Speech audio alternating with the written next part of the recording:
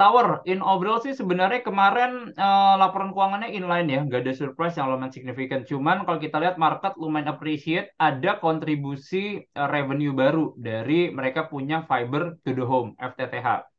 Jadi angkanya tuh kemarin kayaknya kuartal sebelumnya itu cuma sekitar 6 miliar, sekarang sampai 80 miliar. Kecil banget sih sebenarnya dibandingkan revenue mereka, cuman masih banyak yang bisa dieksplor dari home pass-nya ini tadi. Nah, jadi itu sih buat tower ya. Karena kan sebenarnya industri menara ini kan currently lagi lumayan under pressure ya, karena teman-teman tahu bahwa setiap ada konsolidasi sektor, ini pasti pressure buat sektor menara. Kenapa?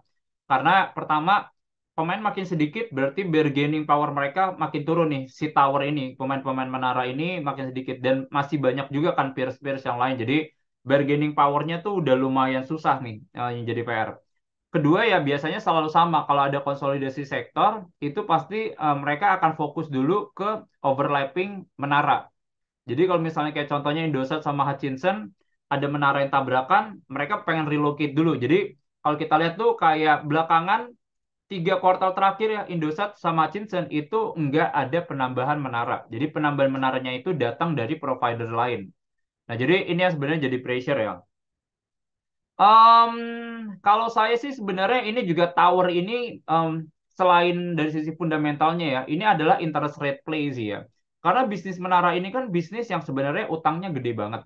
Nah, jadi kalau misalnya bisnis yang utangnya gede, suku bunga arahnya flat atau turun, mereka tuh akan positif sebenarnya. Nah, ini juga ini modelnya sama kayak teknologi juga sih. Jadi ini modelnya kayak sektor play-nya tuh banyak di drive dari dari makronya. Jadi makronya kalau kita suku bunganya turun, ini positif ya buat tower ya. Jadi itu teman-teman kalau mau ambil tower ya, saya pribadi sih mungkin masih bisa ambil sebenarnya gitu ya. Mungkin bukan yang kayak terlalu favorit saya banget gitu ya, karena saya ada concern dari sisi strukturalnya aja sih.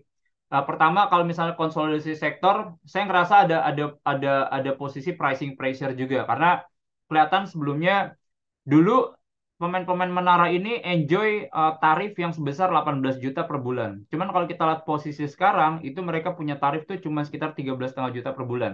Kalau konsolidasi lagi, saya agak ada kekhawatiran bahwa ada kemungkinan tarifnya ini bisa turun gitu ya. Karena ibaratnya kayak bargaining power mereka makin turun. Nah, jadi itu sih sebenarnya. Cuman kalau teman-teman masih mau ambil masih bisa ya menurut saya ya. Ini sektornya juga sebenarnya ngasih cash flow atau stream yang lumayan stabil. Jadi itu ya, cuman dibatasin aja ya, portofolio tetap dibatasin ya. Arto